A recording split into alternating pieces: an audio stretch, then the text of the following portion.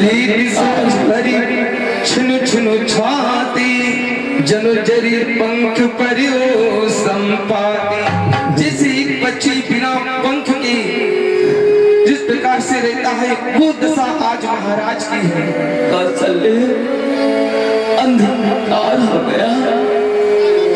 राम राम कह राम स्नेही पुनि कह राम लखन बैदेही।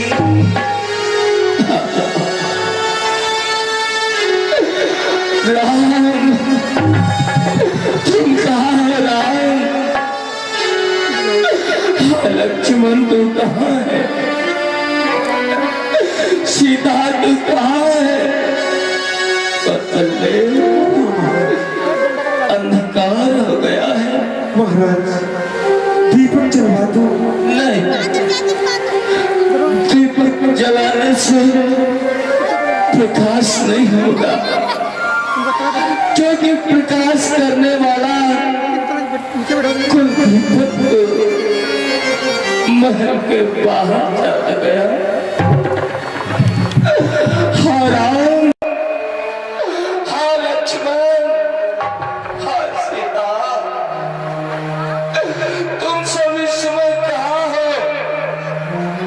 तुम्हारे बिना ये दशरथ का जीवन व्यर्थ बनकर रह गया। कौशल्य, क्या मेरा राम वापस आ जाएगा? महाराज हमारा पुत्र अवश्य वापस आएगा। महाराज मैंने सुमंत को राज आज्ञा दी, सुमंत इसका पालन करेंगे ना कौशल्य? करेंगे। हाँ महाराज।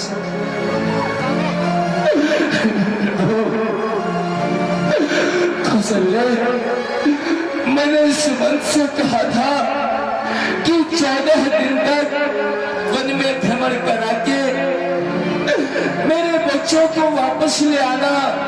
और आज 14वां दिन, संध्या होने को आ गई, आंखें पथ पर बिछी। कब सुमंत के साथ मेरे बच्चे वापस आए? अभी तक सुमंत क्यों नहीं आया? राम मेरा वापस आ तो जाएगा ना रानी?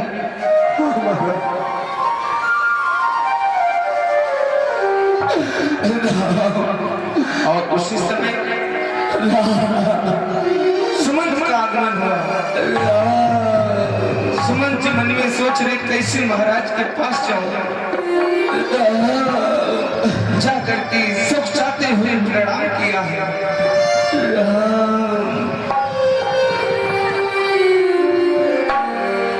प्रणाम महाराज। सुमंत, प्रणाम महादेवी। सुमंत, तुम सुमंत कहाँ है? हमारा राम कहाँ है? कहाँ पुत्री सीता? कहाँ लक्ष्मण? सुमन, वह सब कहाँ है? वो सुमंत लीन उड़लाई घूरत कछु आधार जनु पाई। सुमन, तुम कुछ बोल क्यों नहीं रहे? कहाँ है मेरे बच्चे? कहाँ है सुमंत? कहाँ है? महाराज राम कुशल कछु सखा सैनेही कहाँ रघुनाथ लखनु बैदेही। तुम मेरे मंत्री नहीं, भलापन से सखा भी बनकर है। सुमन, इस समय तुम क्या नहीं बोल रहे? मेरे पुत्र राम, लक्ष्मण, पुत्र सीता कहाँ है? महाराज, मैं आपका अपराधी हूँ।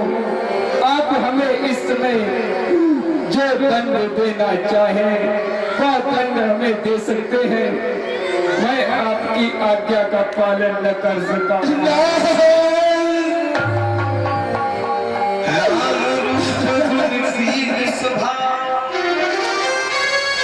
सुमिरी सुमिरी और सो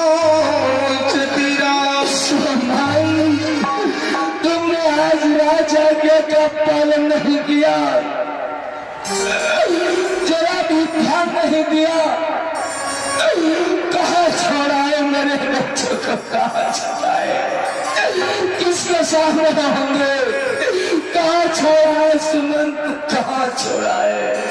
महाराज, हमारी क्या मजाल है जो मैं युवराज को छोड़कर चला आऊं, परंतु युवराज ने तो हमें ब्रह्म ऋषि के आश्रम के पास छोड़ कर आए थे। और महाराज वहां से निषाद राज के साथ गंगा नदी पार करके चले गए।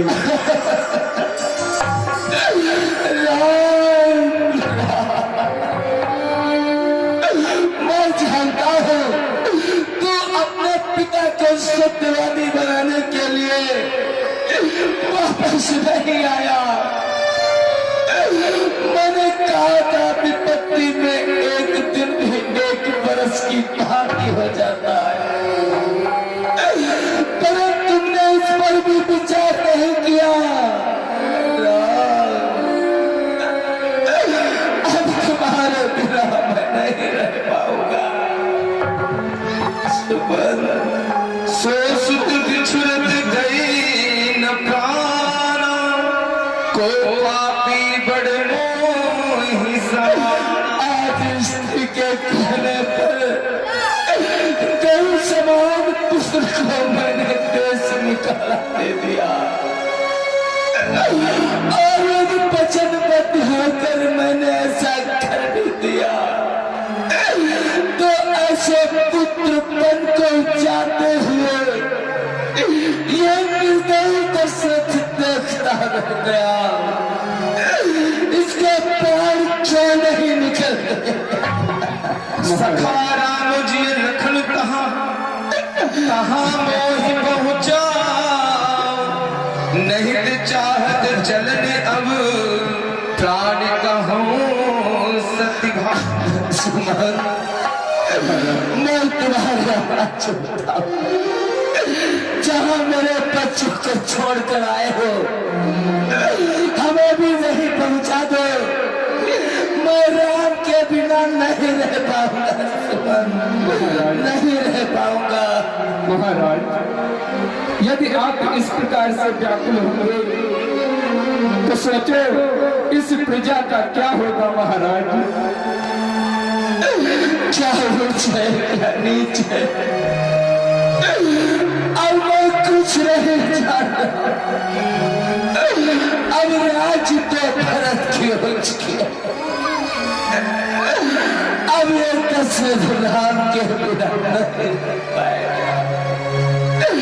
आज तुम भी इतने निष्ठुर हो गए मंत्रीवर। आज अयोध्या में हमारे पद से कोई नहीं रहा क्या? अरे यदि राम को वापस नहीं ला सके तो हमें उनके पास पहुंचा देते। ये भी नहीं करोगे, ठीक है जाओ। चल प्रभु की इच्छा ऐसी हो गई। जो छत्रपति सम्राट था आज उसके बस में कुछ नहीं रहा। जो भी स्त्री के हमें पड़ेगा यही होगी, जहाँ दशरथ की होकर मुझे विश्वास हो गया कि आज राम उनको नहीं दशरथ के पहाड़ पे जाने का समय आ गया। कौशल्य राम की माता होनी बड़ी प्रबल है, वो मिटा से नहीं मिटती है। कर्मों का फल जो है उसे भोगना ही पड़ता है।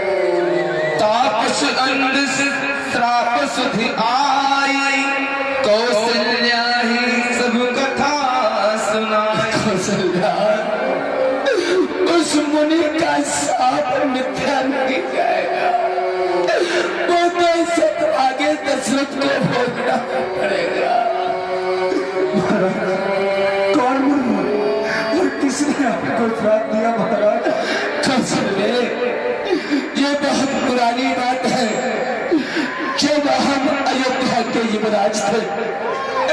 हमारा तुम्हारा विवाह भी नहीं हुआ था। उस समय मैं शब्द वेदी विद्या में पारंगत था। रात्रि पहर में भी आखेट के लिए जाया करता था। एक दिवस की बात है रानी, मैं शिकार के लिए गया था। कुछ बनेले जीव इस समय नगर में प्रवेश कराते थे, इसलिए उनकी सुरक्षा के लिए मैं शिकार के लिए रात्रि के पहर गया। रात्रि के अंधकार में दृष्टिगोचर नहीं हुआ। सरयू के किनारे मुझे खलखल की आवाज सुनाई पड़ी। मैंने सोचा प्रतीत होता है कोई मेरी छल पी रहा है। उस अवसर मैंने शब्द वेदी बाण का संधान कर दिया और उस समय वहां पर मुनि कुमार श्रवण मात पिता भक्त झाड़ी में जल भर रहा था। उसने सीने में बाण लगा, उसकी आवाज सुनकर मैं उसके पास गया। जब मुनि कुमार की दशा देखकर मैंने पश्चाताप किया, तब श्रवण ने मुझसे कहा, युवराज जो तुमने आज मेरे तीर मारा है, इससे एक हत्या नहीं 3 हत्या कर दी है आपने, क्योंकि मेरे माता पिता अंधे हैं, उनका मैं ही सहारा था। अब अंतिम अभिलाषा मेरी पूर्ण कर दो, मेरे माता पिता को जल पिला दो, कुछ दूर बट वृक्ष के नीचे बैठे। मैं श्रवण की बात को मानकर झाड़ी लेकर उनके माता पिता के पास महामुनि शांतनु और देवी ज्ञानवती के पास पहुंचा। मेरे आहट मात्र से वो मुनि को देव समझ गए कि मेरा पुत्र नहीं। उन्होंने कहा, श्रवण कहाँ है? मैं झूठ कैसे बोलता? इस कारण मैंने सत्य सब बता दिया। तब उन मुनि कुमार ने मुझे साथ दिया कि अरे पापी, तूने आज मेरे पुत्र को मारा। पुत्र शोक ने जिस कारण से आज मैं तड़प कर मर रहा हूँ, उसी प्रकार से पापी तू भी तड़प कर मरेगा, तू भी तड़प कर मरेगा। हाँ, तड़प कर मरेगा राजान, तड़प कर मरेगा। जिस प्रकार मेरा पुत्र मुझे जल देने को नहीं है, तुझे भी जल देने वाला कोई नहीं होगा। तड़प कर मरेगा, तड़प कर मरेगा। श्राप है मेरा, तड़प कर मरेगा, तड़प कर मरेगा, तड़प कर मरेगा।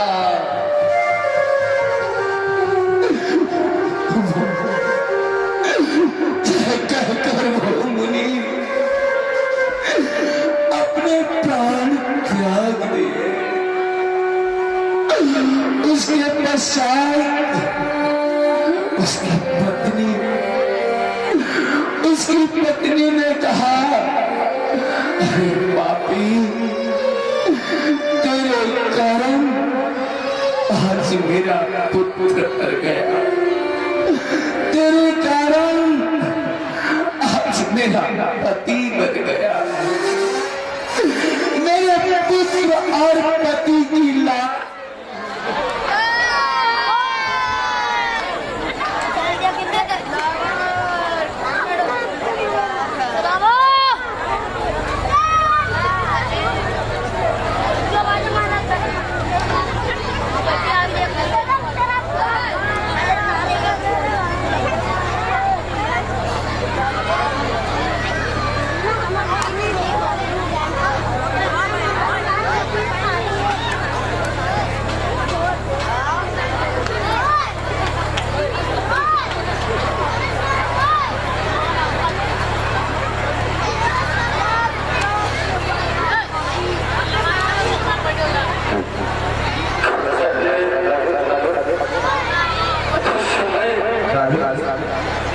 उस समय उस ऋषि पत्नी ने कहा था कि आज मेरे पुत्र और पति की लाश पड़ी है, इन्हें कोई अग्नि देने वाला नहीं है। जा पापी, तू जब मरेगा तुझे भी कोई अग्नि देने वाला नहीं होगा। आज वो मुनि और ऋषि पत्नी का साथ सब बताने को आ गया है, क्योंकि कौशल्य राम का वियोग मुझसे सहन नहीं होगा। इससे ऋषि का शाप पूर्ण होगा और आज मेरे चार पुत्रों के होते हुए अयोध्या में मेरा कोई पुत्र नहीं है। तो ननिहाल में तो वनवास में दशरथ को अग्नि देने वाला कोई नहीं है। इससे ऋषि पत्नी का भी साथ होगा।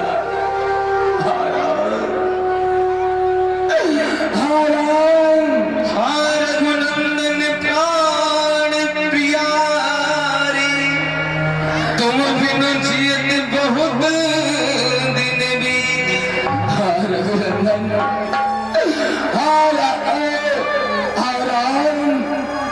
प्राण प्रीते, तुमने बिना बहुत दिन जीते, परम अब नहीं जिया जाएगा। हाँ जानकी लखन हाँ रघुवर, हाँ पितु हिंद चित चातक जलधर। हाँ लक्ष्मण, जानकी तूने द्रौपदी सेवा के लिए राम के साथ चली गई, परंतु आज प्रथम बार एक रघुवंशी का वचन मिथ्या हो रहा है। जो महाराज जनक को मैंने वचन दिया था कि सीता राजरानी बनेगी, वो वचन मैं पूरा नहीं कर पाया, पुत्री पूरा नहीं कर पाया। इससे हमें जीने का कोई अधिकार नहीं रहा, नहीं रहा।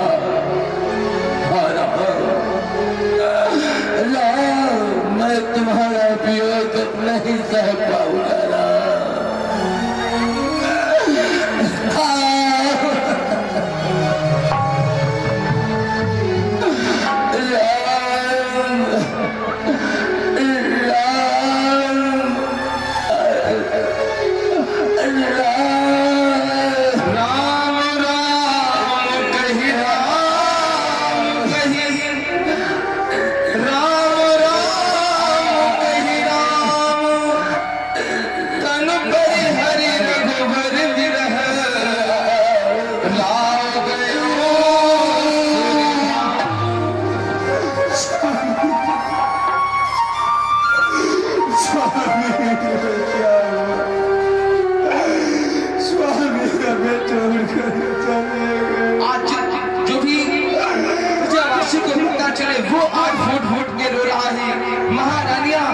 महारानी कैकेयी को पता चला तो वो भी दौड़ते ही चली आ रही है।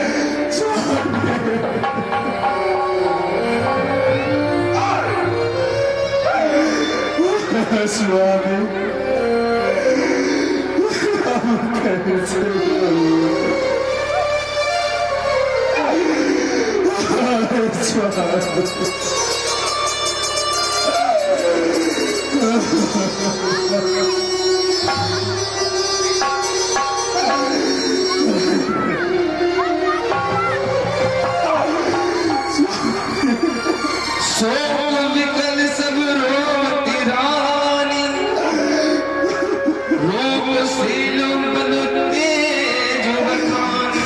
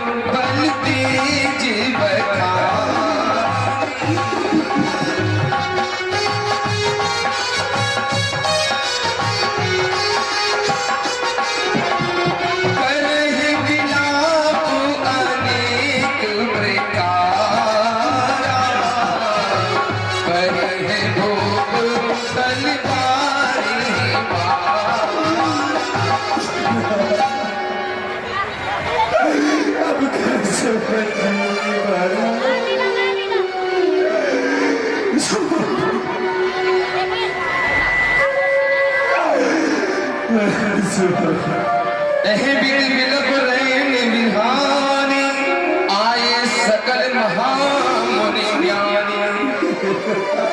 और उसी समय महारानी को समझाने के लिए महामुनि वशिष्ठ और सुमंत के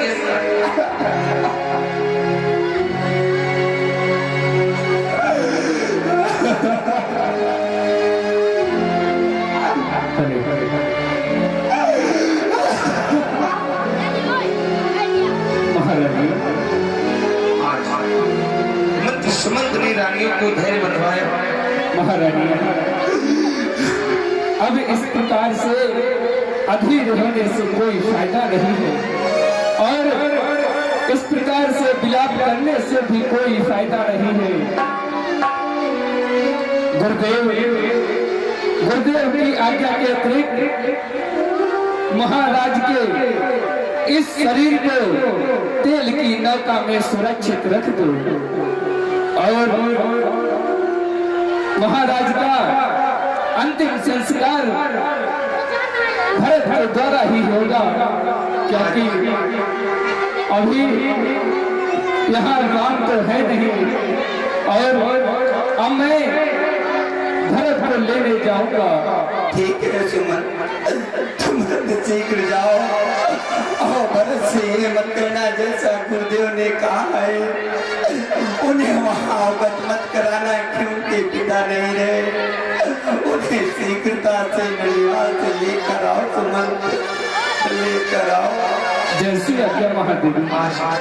जिस प्रकार से महामुनि कुल गुरु वशिष्ठ मुनि ने समझाया, सुमंत से कहा कि जाओ तेरी नवा भरी निपतन राखा, दूत बुलाए बहुरी अस भाषा, धाओ वेग भरत पहचाओ, नृप सुधीर कतहु कहाँ जने का। जितनी शीघ्रता से हो सके उतनी शीघ्रता से कैकेयी प्रदेश में जाओ और भरत और शत्रुघ्न को वहां से लेकर के आओ। वहां कोई भी समाचार अयोध्या का मत देना, क्योंकि भरत के आने के बाद ही महाराज का अंतिम संस्कार होगा। दूत जाता है कैकेयी प्रदेश के लिए और इधर कैकेयी प्रदेश में जो भरत जी हैं, शत्रुघ्न जी हैं, वो सो रहे हैं और आज स्वप्न देखते हैं और जो वन में राम लक्ष्मण है वो भी आज सो रहे हैं, स्वप्न वो भी देखेंगे। जी प्रभु श्री राम। लक्ष्मण आज श्री राम सोते सोते स्वप्न देखा। भैया लक्ष्मण, अभी मैंने स्वप्न में देखा कि जैसे मानो अयोध्या में कोई अनहोनी हो रही हो। भैया, अभी मैंने स्वप्न में देखा कि हमारे पिताश्री श्वेत वस्त्रों में लिपटे हुए और श्वेत अश्वों के रथ पर बैठकर वो दक्षिण दिशा की ओर जा रहे हैं। भैया लक्ष्मण, इसलिए मेरा मन बहुत व्याकुल हो रहा है। मुझे पिताश्री की अत्यंत चिंता हो रही है।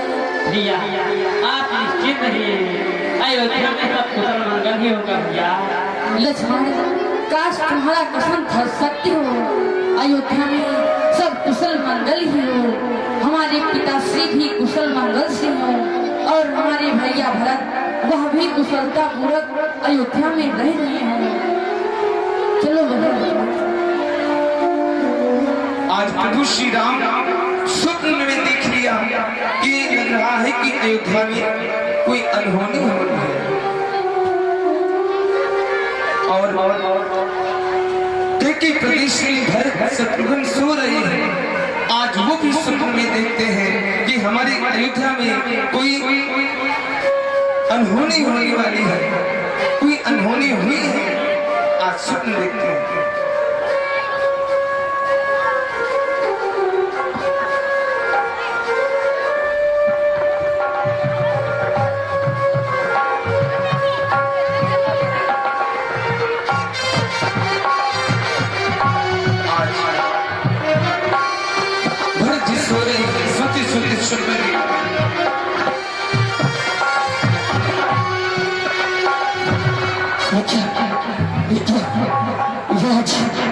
इतने भयानक स्वप्न मुझे क्यों आ रहे हैं भैया? कैसा अमंगल है, यह अमंगल के जिद कैसे प्रकट हो रहे हैं भैया? क्या हुआ भैया? स्वप्न अभी अभी मैंने स्वप्न में देखा है कि हमारे भैया राम हमें सहायता के लिए पुकार रहे हैं। एक काले वस्त्र पहने हुए स्त्री हमारे भैया के वस्त्रों को खींच रही है। भैया चीख रहे हैं, चिल्ला रहे हैं और भरत को सहायता के लिए पुकार रहे हैं। और शत्रुघ्न, फिर हमने स्वप्न में देखा कि हमारे पिताश्री सैन कर रहे हैं और उनके चारों ओर जल ही जल भरता जा रहा है, जल ही जल भरता जा रहा है। शत्रुघ्न, हमें तो ऐसा लग रहा है कि अयोध्या में कोई अमंगल हो रहा है। शत्रुघ्न, अमंगल हो रहा है। भैया, मेरा भी हृदय अधीर हो रहा है। भैया, नाना से आज्ञा लेकर शीघ्रता से चलिए। हाँ शत्रुघ्न, क्यों नहीं, हम अभी नाना से आज्ञा लेंगे और अपनी अयोध्या के लिए प्रस्थान करेंगे। हाँ शत्रुघ्न, चलिए।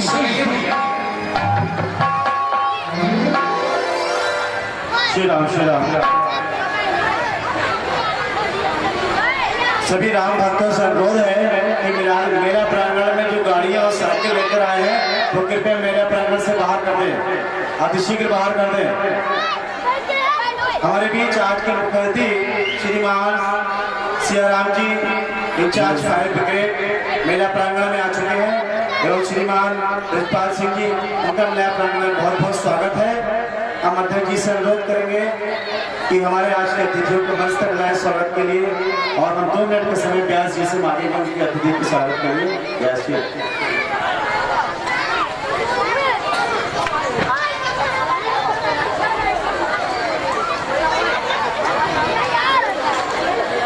एक बार जोरदार ताली के साथ हमारे अतिथियों का स्वागत करें।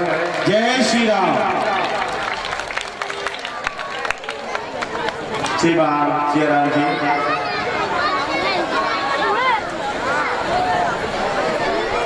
अब मैं अपने अध्यक्ष जी से अनुरोध करूंगा।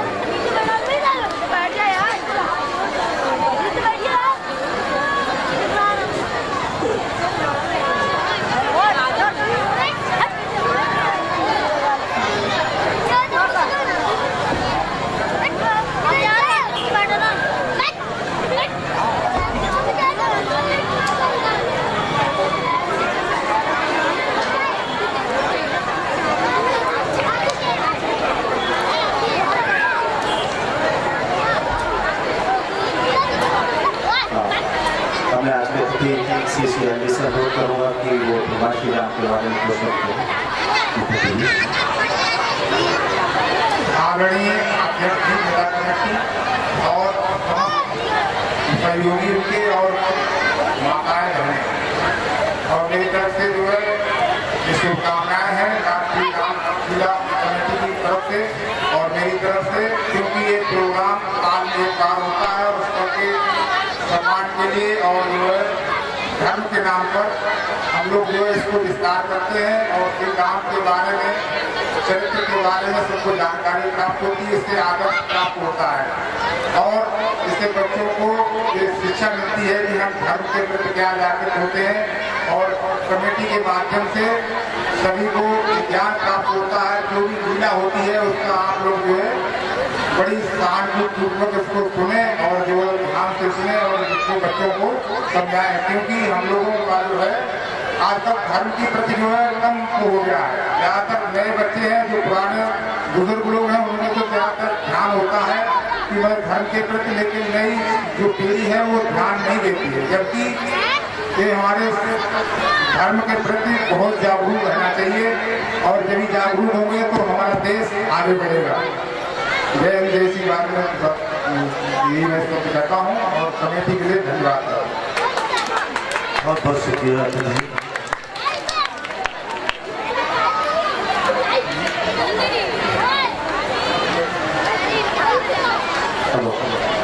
हमारे बेनीराम जी यहाँ मंच पर आए। बेनीराम जी, बीनाम जी से अनुरोध करूंगा कि वो हमारे अतिथि श्री सियाराम जी का पट्टा पहनाकर अभिनंदन करें, स्वागत करें। श्री बीनाम जी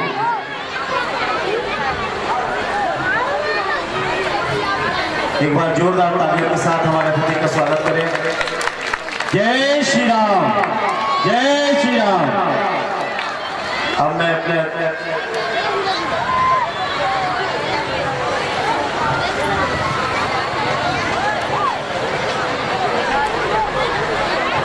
तदुपरांत हम अपने संरक्षक महोदय आदरणीय श्री राजेश गुप्ता जी एवं अध्यक्ष श्री अनु गुप्ता जी से अनुरोध करूंगा कि वो हमारे अतिथि को स्मृति चिन्ह देकर अपनी यादें शेयर करें।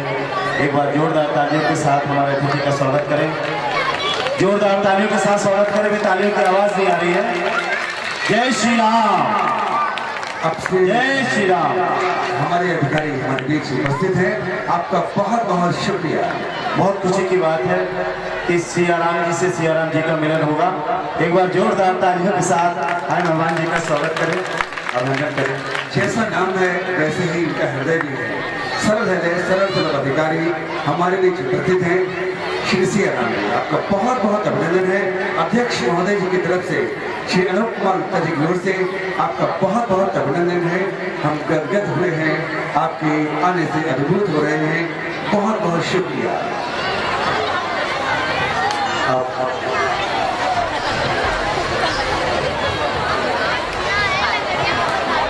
श्री राम की आज्ञा।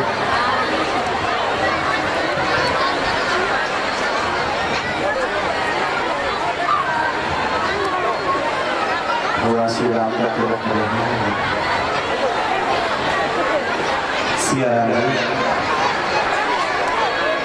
जय श्री राम, जय श्री राम।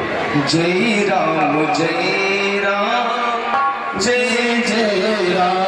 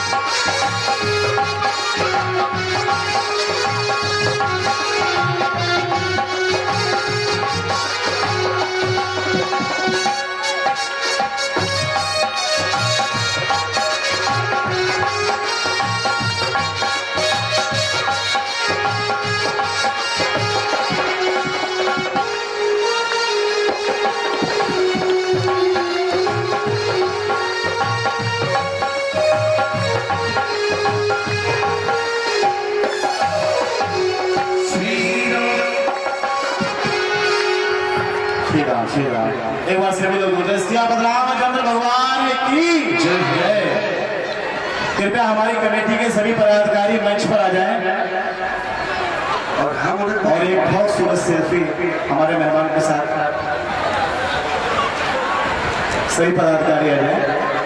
और अब एक श्री सियाराम जी के साथ जो चित्रण है वाकई अभी वो कार्यक्रम का अच्छा लगेगा कि महसूस होगा कि हम इस सफर में थे। वो सफर भी बहुत जारी रहा और आज इस मंच पर ये सफर है, जिंदगी का सफर फोटो के साथ। फोटो सब हो रहा है, सभी लोग अरे जोरदार परिवार के बड़े अधिकारी आए हैं। अग्निशमन अधिकारी, वाह, ये बहुत सौभाग्य हमारा, उनके कदम यहाँ तक आए हैं। बहुत बहुत शुक्रिया। जो सरल जो होते हैं ना, जिनमें भक्ति होती है, उनका एक एहसास होता है, उनके मन में एक खुशबू होती है। अपने अधिकारी के लिए श्रीराम जी का एक शेर है, बोलते खुशबू है हवा में ऊपर जाएगा, अरे मतलब से फूल का है, फूल किधर जाएगा। ये हमारे श्रीराम जी हैं। सुबह की चिर प्रकृति के बाद जो आए हमारे साथ,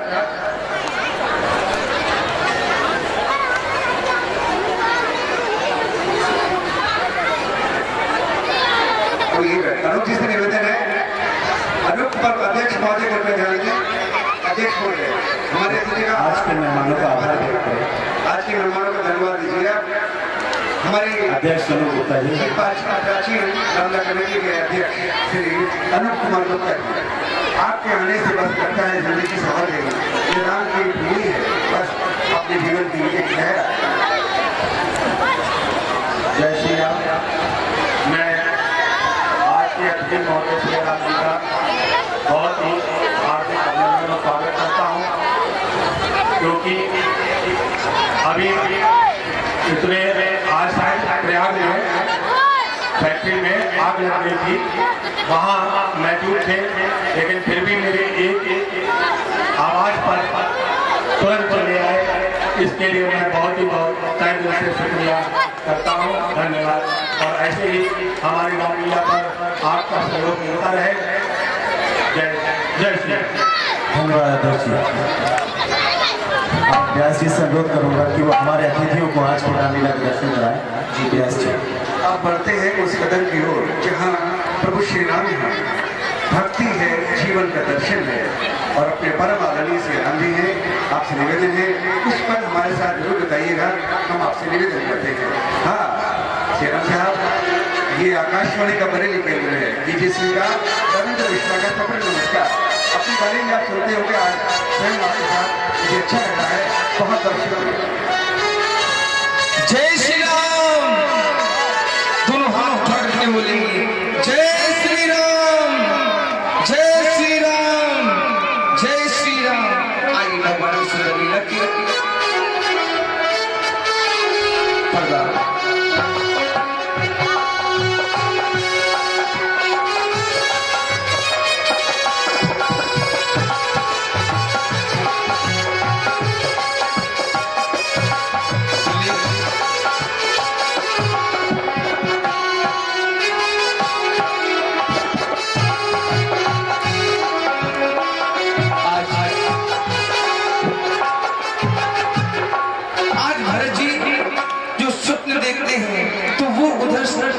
तैयारी करते हैं और अयोध्या से दूत जाकर के उन्हें संदेशा देता है। आज भरत शत्रुघ्न आ रहे हैं।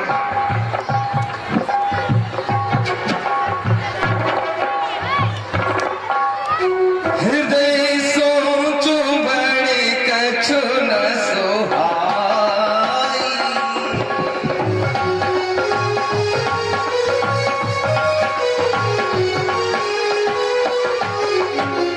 अस जान जिय जाऊं उड़ाई। आज हमें ऐसा लग रहा है कि मुझे जाना ना पड़े और अयोध्या में उड़ के पहुंच जाऊं। ऐसा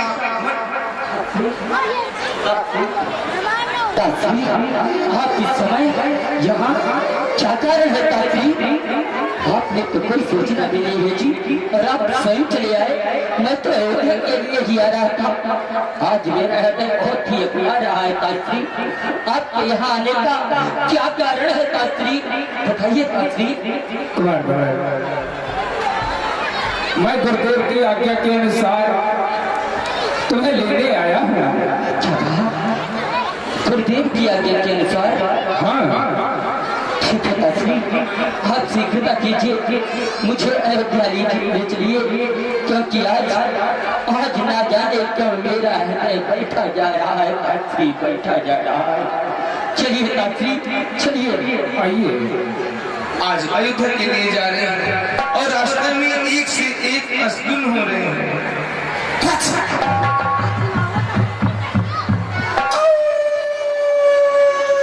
जैसे चले तुम ठीक हो और सियार बोल रहे हैं। खर सियार बोल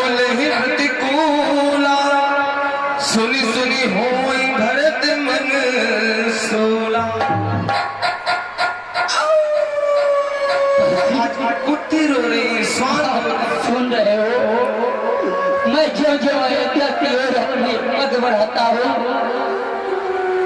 तो मार्ग में बार बार अपशगुन हो रहे हैं। कहीं पे बिल्ली मेरा मार्ग काटती है, कहीं सियार बोल रहे हैं, कहीं सन्मत से छींक हो रही है। ये सब क्या हो रहा है? क्या हो रहा है? तुम्हारे भाई इस प्रकार से व्याकुल ना हो। आओ आओ शीघ्र हमारे साथ अयोध्या के लिए चलो। छुने का अवश्य चलिए, चलिए आइए। आज मन में सोचते हुए चले जा रहे हैं और जैसे अयोध्या के समीप पहुंचे हैं तो जो भी नगरवासी हैं वो भी मुख देखना नहीं चाहते हैं। अरे अरे छगनलाल भाई, छगनलाल देखिए देखिए, वो तो भरत जी आ गए।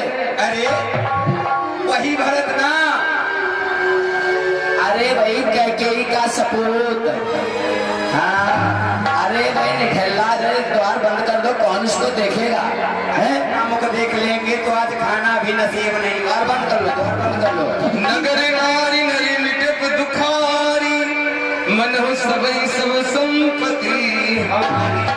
वही नगरवासी है जो मुझको देखकर मेरी ओर दौड़े चले आते थे और मुझे अपने हृदय से लगा लेते थे, परंतु आज ये सब मुझे देखकर अपना मुख क्यों फेर रहे हैं?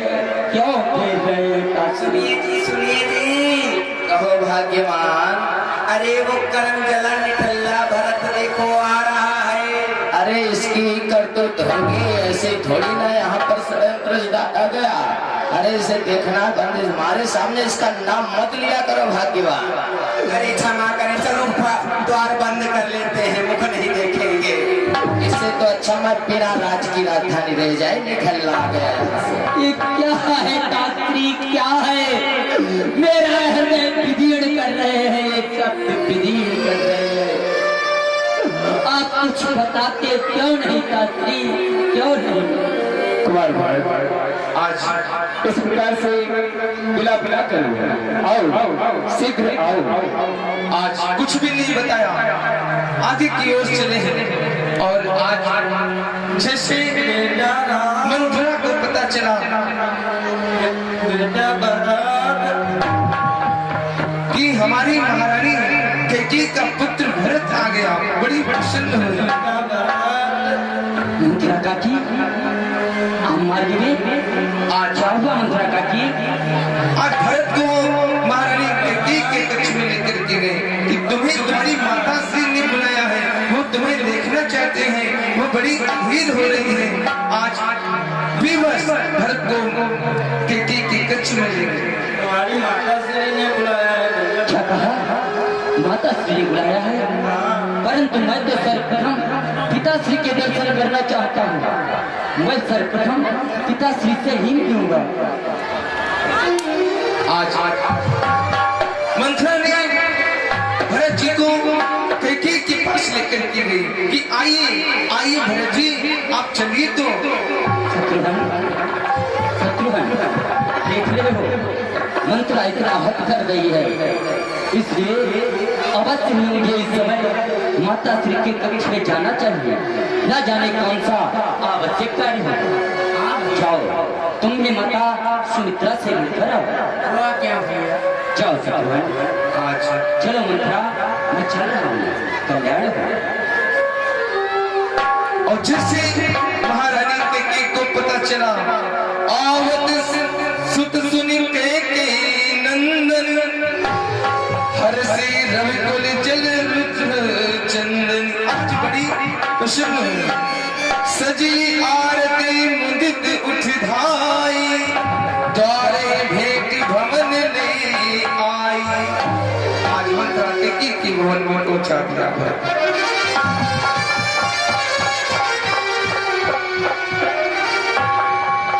कैकेयी हर्षित एहि भांति, मन हो मुदित दौलाय किराती।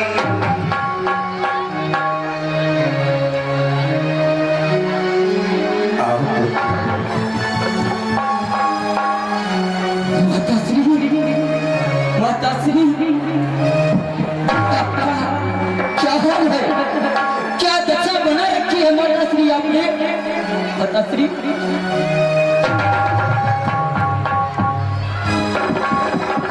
आपके हाथों की मेहंदी कहाँ है?